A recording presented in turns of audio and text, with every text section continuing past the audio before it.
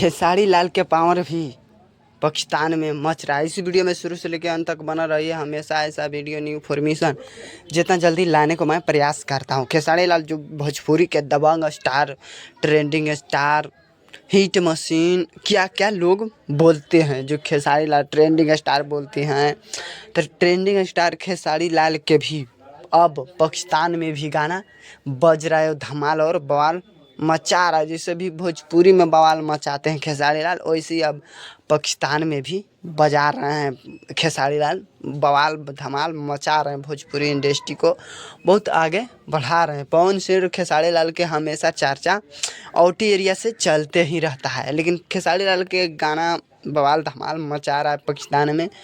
हारमोनिया पर गाना आया था खेसारी लाल के, वह भी गाना धमाल और बवाल मचा रहा है। आप लोग तो शुरू बार सुन लिए कि कैसा गाना है, और भोजपुरी में धमाल और बवाल मचा रहा है। वैसा ऐसा मचाइए कि पूरा वर्ल्ड में भोजपुरी के नाम होए और रोशन होए, और ऐसा ऐसा ही गाना गाना चाहिए कि हर एक